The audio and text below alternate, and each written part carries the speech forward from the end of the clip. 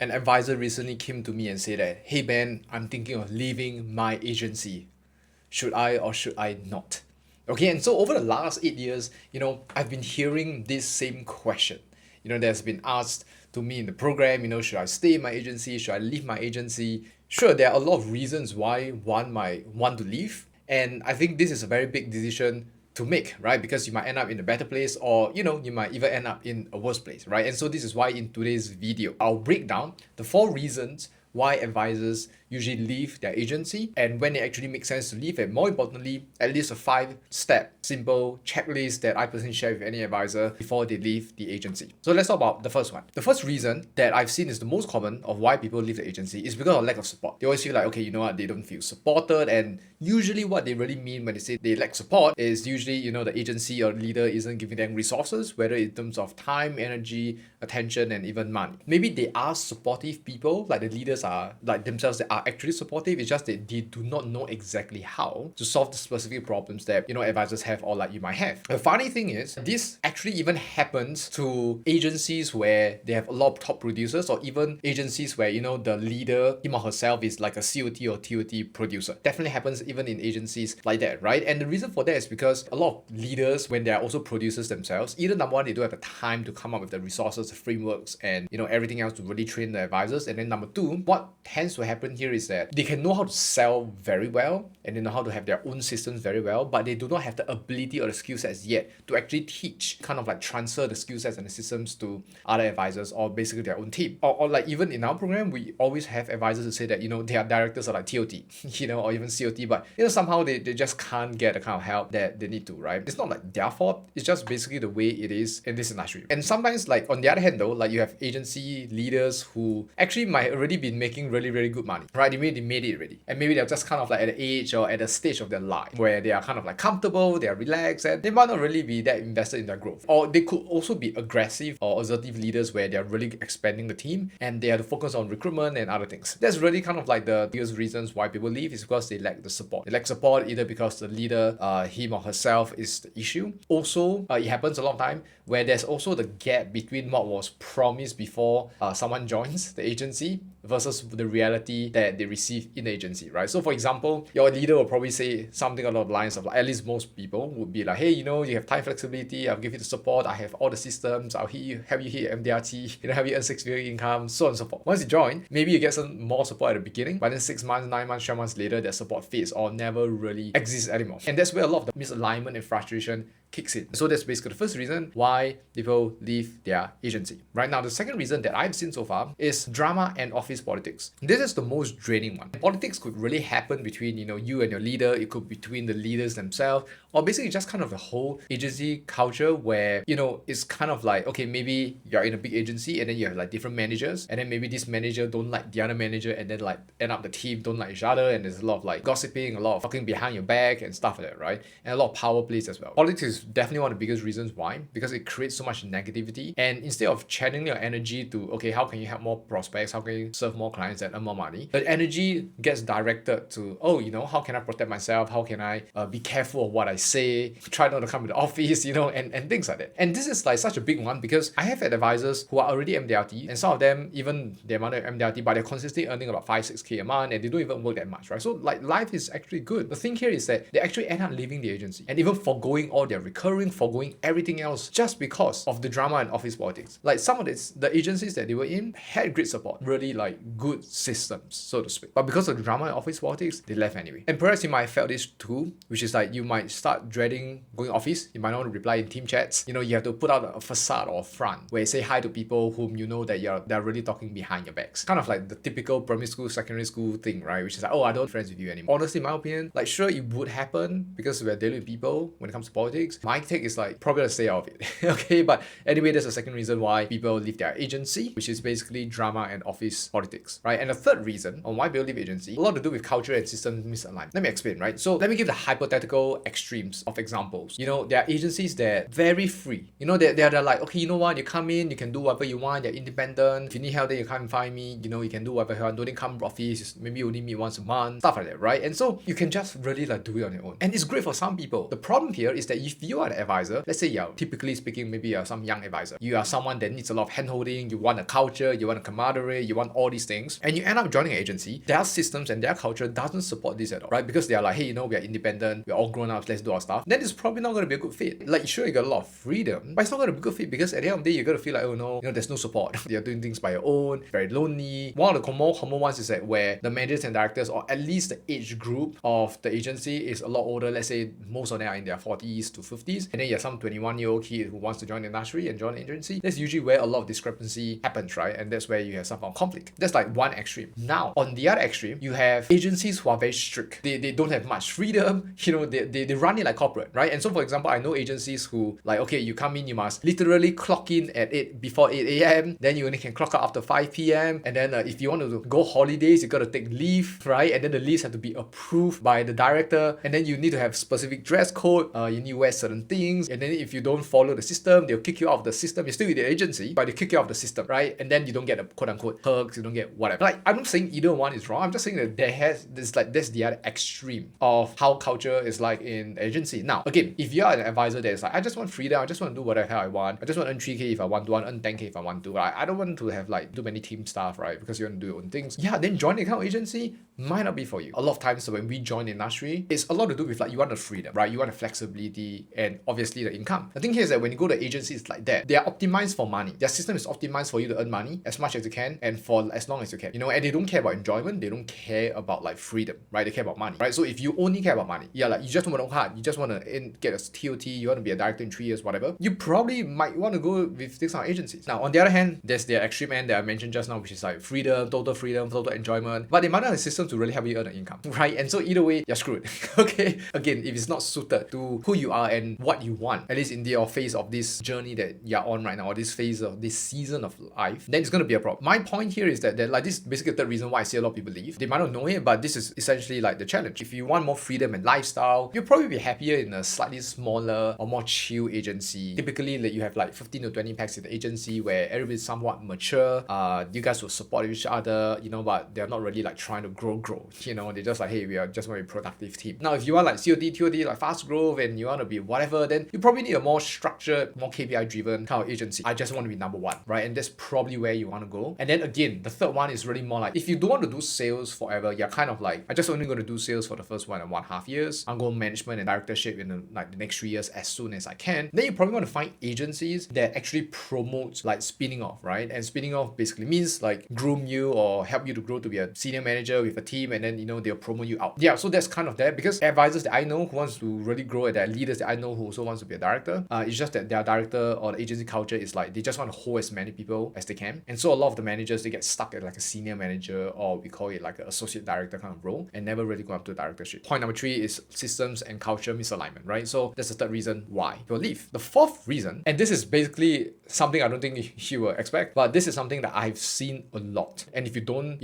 at least consider this, then making a decision to leave or not really, could be detrimental. And let me explain why. The fourth reason that I've seen is basically the reason is what I call entitlement. And so the fourth reason has nothing to do with the agency, nothing to do with which agency, which company they're from, or whatever product they sell. Biggest reason is because of the agent or the advisor, him or herself, right? And there's a lot of entitlement. And let me explain what does entitlement look like. I think some advisors, when they decide to leave the agency, they feel like there's no support, and they have this whole idea of like they expect their leaders to spoon feed them everything. They expect leaders to provide them the leads, do joint fuel, close for them, and text them as and when, yada yada. Expect the leader to also be babysitting them. It creates this sense of like entitlement where it feels like, with my result or lack thereof is because my agency sucks. When you have this kind of sense of entitlement, right, you will end up thinking that, okay, you know what, the problem is other people and not yours, not you. And then you start to think that, okay, maybe changing agency would help to make your situation better, right? And this is really one of the biggest thing that people don't do, what you call a self-check, right? They don't check whether is it their ego problem, are they entitled? Why? It's very simple. If the problem is not with the agency and the problem is truly you lack ownership, you're not responsible, let's say it's really you. When you change the agency, let's say the agency supposedly better, do you think the results are exactly going to change for you? Probably not. You know why? Because the problem is you. Because when you go to an agency that is maybe bigger, there's more support, there's more team bonding, yada yada, you end up again feeling some form of entitlement. Because you're entitled, then you may start saying that, my previous agency always give me a lot of attention, blah blah blah, but then here, the team bonding is good, but I don't get much attention. When you have entitlement, you start blaming everybody else outside of you on why you're not getting the results or the outcomes that you feel like you deserve. This is really a big trap, because I do have advisors where I told them that, hey, I think you should try harder. I think maybe you want to take more responsibility. I don't don't think it's really an agency problem. You know, they look at me and then they're like, you know what, they still decide to leave anyway. Now, here's what's funny.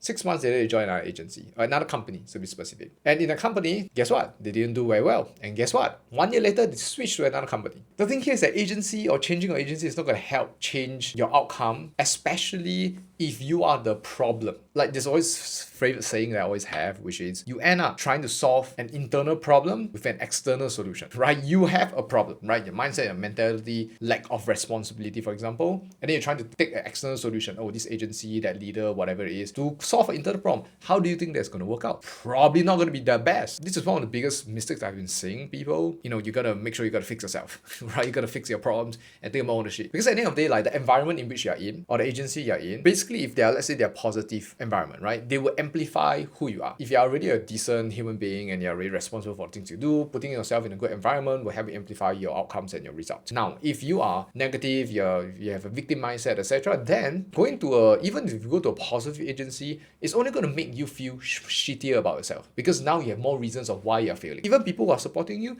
you might end up being saying that, oh, you know what, yeah, lor, they think they're very good, lor, you know, yeah, you know, their methods won't for me anymore. You know, things like that, right? And it becomes like, you know, some form of a psyche. Now, these are 4 reasons why people leave. So the question becomes, right, should I still stay or leave? You know, like when's good time to leave? Whether is it even a decision that I want to make? This is where I take a leave out of Charlie Munger, which is Warren Buffett's partner. And he used this mental model to make certain decisions. One of his mental model is what I call inversion, right? Inverted thinking. And basically what it means here is that the reasons on why you should leave, you invert it, meaning so you look at the opposite of it, then these are the reasons why you should also stay. And so let me explain. Remember, there are 4 reasons why we will leave, right? Lack of support, drama, office politics, culture and systems, and then entitlement. To decide whether to stay or not, you can look through these 4 factors or 4 elements and then make a checklist and see and assess for yourself whether is it worth leaving or actually is it worth staying, right? And so let me break it down. So number 1, reasons to stay, which is basically you do have some form of support, even if it's imperfect, right? In my opinion, this is my opinion, then what I've seen so far, just my 2 cents. If your leader is helping you with KPIs, right? They are tracking your numbers, they are making sure that you are going for your rules and regulation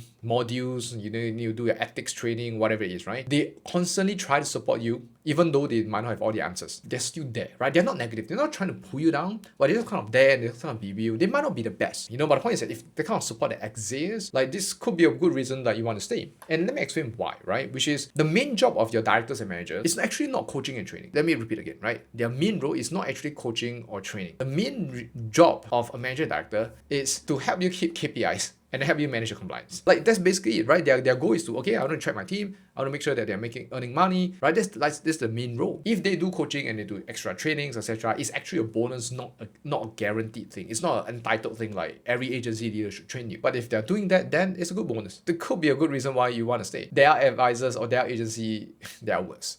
Okay? They don't even bother with your KPIs. They don't even bother if you are on track with the MDRT. Right? I had one of the advisor client that we have work together. I think she actually hit her MDRT. I think the manager didn't calculate properly or didn't really bother, and then she ended up having $100 shortfall, and she didn't manage to get her MDRT. Things like that, right? And things like that should be the manager's job to always ensure, right, that they are really hitting the things that the advisors want. And so that's basically the first reason. Now, number 2 is that if there's minimal drama in politics, then that's great. Then there could be a better reason why you should stay. Look, there'll always be tension. As long as we're dealing with people, there'll always be politics, there'll be some form of tension. But if there's no crazy, like there's no constant gossiping, right? There's no deliberate sabotage, like 6 months long toxic war, then it could be a good reason why you want to stay. If you have disagreements with your manager, director, or leaders, it's actually fine. It happens. You know, not everybody's going to agree on anything. Maybe as you're getting more experience, you have a certain perspective, maybe you've changed, maybe your lifestyle changed, whatever, right? And so there'll always be disagreements, and that's fine. As long as you can work it out, that's okay, right? I don't see it as a sign of like, oh, you know, I have a disagreement with my manager, means I've got to leave my agency. Screw him. You know what I mean? Your leader could be unhappy with you, and you could be unhappy with leader, but if they still eventually support you, they still at least might not be a personal relationship, it could still be a professional working relationship, and that's actually okay, quote unquote, yourself, you know. And so technically speaking, you are also responsible for your own stuff, and you're just working with people who could be helping you. That's about it, right? You know, you don't have to be like, I want my manager to be the bro I never had. Sometimes things get too personal, it spills over the work, and then it actually ruins everything. That's number 2, right? So if there's minimal drama in politics, it's fine. My suggestion I mentioned is to get out of it, right? Stay out of the drama. Never ever get involved. Someone try to pull you in and, you know, say, hey, have you heard of he? You know, he said this XYZ. Just shut up and just say, oh, you know, that's interesting. And then just shut up. Okay, that's number 2. Now, the third one, then talk about culture and alignment, right? And so again, if your agency structure fit your income goals, if they fit your lifestyle preferences, you know, or they fit your desire for leadership, right, to grow a team, then probably a good reason to stay. You know what I mean? Yeah, and I think it's very important to be clear of what you want also. A lot of times, it's like you want enjoyment and freedom, but then you join an agency because you feel like they're very up there, they're very competitive, they want to be number one in, I don't know, AIA's, Prudential, whatever, right? They always want to be the top, and you feel like inspired by that, and then you join because you feel inspired. Just to realize that like it might not really be what you want, right? Like you could be inspired by people who's driven to work hard, but you gotta be very well aware of yourself, and you have to ask yourself like, are you the kind who wants to be TOT, right? Are you the kind who wants to grind out 30 appointments a week? Because if it's not you, you could be inspired, but you don't have to join them. Make sense? In your current situation, in your agency right now, if agency structure fit your income goals, lifestyle preferences, they're kind of okay, you know, you don't have to report to them saying that you gotta leave for a holiday and they're now happy, like, you're good, right? Like, you're good. That's like basically the third one. Now the fourth one is this, right? The fourth one would be, again, entitlement. If you actually drop your entitlement, if you actually lower your expectations, you do not feel like, okay, the agency owes you leads, providing you money and resources, etc., and then you take back responsibility, what happens here is that you actually claim back your power. This is basically the fourth thing, right? That I'm so like passionate about, or like so big on, which is a lot of problems that you have is because you have some form of ego that comes along, you have some form of entitlement or lack of responsibility. You have some form of victim mindset. Because the thing here is this, if you take responsibility for yourself and you tell yourself this, you say that, hey Ben, you know what? I'm going to take responsibility for my results, for my outcomes, and I'll choose who to work with, when I want to work. I care about it. Like, I will take responsibility, right? Even if my manager give training, don't give training, doesn't matter. It's still on me. If you actually come from that standpoint, you actually claim back power because now you can actually have control over your outcomes. The thing about like entitlement and lack of ownership and stuff like that, right, is because when you end up having like a victim mindset, so to speak, whatever situation that you are in right now, or whatever lousy situation you're in right now, you're basically saying that you are in this situation because of other people, because of this event, because of this circumstance, because of this particular individual or organization. When I say out like that, you need to think of it as like you're under their control. Like they have the power over you. It's like if you want to do better, you cannot because they have the power. But you know why they have the power? It's because you actually give away your responsibility of your life to them. You're saying, oh, it's you, it's this, blah, blah, blah. Then what's going to happen is that you always get stuck. You are never powerful. You're never in control because you gave away the control. We always say that we always want to be 100% responsible for our lives and our outcome. Granted, right? That these things, some things could happen in your agency that is totally not your fault, right? But the thing here is that, sure, it's not your fault, but you got to accept the mentality that it's still 100% your responsibility that this happened to you. Not because you're trying to be hero, but you say that and you adopt the mindset and mentality because you want to claim back power. When you take 100% responsibility over your outcomes in your life, you also equally have the power to change your outcomes. You can start changing things, right? Maybe you do want to change agency, right? Or maybe you want to start going outside, find external solution, find external help to upgrade yourself. More than half of our advisors that our clients that we work with, they have neutral agencies. They might not have good agencies. They just have meh, right, agencies. It's not agencies' fault, right? And to them, it's like, okay, you know what? Like, my major director is like that. Sure, I might not be happy with them, but instead of trying to change the culture and trying to change my leaders, expect that they will teach me everything, how about I go out, spend my own money, invest in myself because it's my business, my money, and my skill set and my life. How about I invest in myself? And they did very, very well, right? The reason is these individuals took responsibility for themselves. They don't leave it to chance. They don't leave it to fate. They don't leave it to other people. The point here is that, again, if you can drop the entitlement and therefore claim back power over your outcomes, you're going to do very, very well, right? Regardless of all the people, circumstances that happens around you. If you want to think through whether you should stay or leave, I can tell you what's funny. People start listening to me and start really internalizing that, okay, you know what, they should take responsibility, they should invest in themselves, they should all these things. A lot of the problems that they have in agency actually disappears because now they don't have the expectation of their managers and leaders. They have low expectation at the very least. They take responsibility over their own outcomes. They understand that their manager's job is to handle KPIs, and then life just becomes a lot better. And so that's like the magic. In my opinion, I would say that that's a lot easier to change because, again, if you change your agency, first of all, you do not know whether the other agency is going to solve your problem. That's number one. And number two is that if you have that mentality of like victim mindset, being entitled, etc., going to another agency will not change your problem, will not solve your problems at the very least. That's basically the 4 reasons why you should leave and also why you should stay. I just want to share, to wrap up this video, there's basically 5 steps that I run through with an advisor just for them to make their own informed decision, right? Before they actually like tender and they leave, right? Because again, if you tender, you leave, the RNF, and the worst part of it that when you leave for another agency, immediately incur a guaranteed cost for an unguaranteed outcome. Meaning say that like when you leave, right, you let go of all your recurring, your potential clients or your clients that review, etc., for an environment or an agency that might not guarantee you the outcome, might not guarantee you exactly what you want. By default, you already incur a cost that is already guaranteed. Deciding whether to move or not is extremely important, and you got to think through it properly. At least this video is all about like my thoughts on like how you want to do it. Okay, so here's the 5 steps, right? Number 1, every time a client come and ask me whether they should leave or not, remove expectations, right? That's the first thing I say. If you understand that your manager and director, their goal is to give you support in terms of like KPIs, etc. And then if they're doing trainings, it's a good bonus. If you just let go of expectation, a lot of things gets easier, right? So that's the first thing I tell them, right? Because some advisors really have too much expectations, okay? Every agency got problems and every agency has shit. Just because you don't say it doesn't mean it doesn't exist. So that's number 1, right? Number 2, right? Take 100% responsibility, right? And you brutally have to ask yourself, like, are you the problem? Or which part of the business that you are the problem, right? Are you prospecting enough? Are you doing the work consistently? Are you learning? Are you adapting? Or are you just complaining, right? Because the good thing about this exercise is that like if you realize you're part of the problem, then that's good news. Because you can change yourself a lot easier than changing your agency or leaving to another agency. So that's number 2 right now. Number 3 is that you also want to clarify what you can or you cannot control. It's like you cannot control the personality of a leader. You cannot control existing politics. You also cannot control exactly how the agency allocates their resources. And so like those things could be problems and things that you might be unhappy with. But if these are things that you cannot control, then don't bother about it, right? Think about what you can control, right? You can control your behavior. You can control your skill sets, your decision to invest in yourself, to acquire the skill sets to earn money, your decision to whether to step into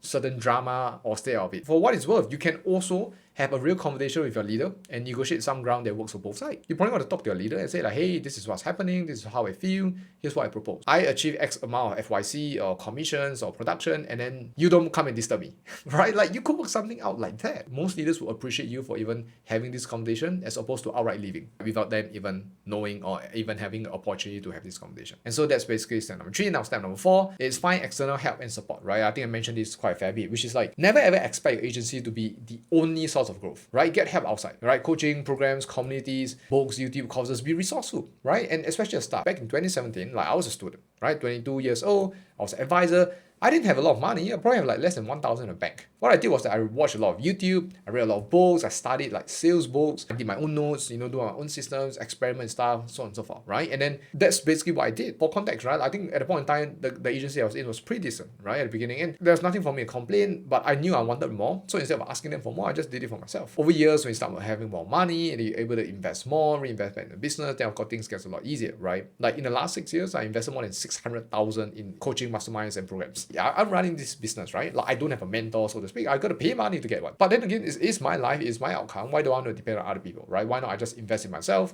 learn the skill sets, and get what I believe I deserve. Understand that at the end of the day though, every problem or every business problem is basically just a skill set deficiency. If you don't have enough appointments, this just basically means that you have a prospecting skill gap. You're not that great at prospecting. But let's say you're great at prospecting, but you're still not getting appointments. And maybe it's because like you're lazy, you don't feel like doing it, etc. Then you basically have a character trait. You lack the skill to be disciplined, right? You lack the skill set to be consistent. And all these things could be trained, all these things could be bought with money, right? And internalized later on. The reason why I'm so big on skill sets and investing in yourself is that skill set pays you over and over again for life, right? The moment you know how to earn 5K a month in the industry, you wouldn't drop to 1K a month. Like you wouldn't suddenly become a 1K a month earner. No, you can't, because you actually have the skill set to know how to earn 5K a month. Same thing, if you know how to earn 50K a month, you always have the skill sets to earn that. So you never actually go hungry because the skill set always stays with you. Like your money could leave you, your bank account could be empty, but the skill sets always stays with you. First 4 steps, right? Which is remove expectations. Number 2, take 100% responsibility. Number 3, clarify what you can and cannot control. Number 4, find external help and support. And only after you do those 4 things, only and only then, number 5, then you consider leaving, right? And then you assess yourself, maybe you give yourself 6 months,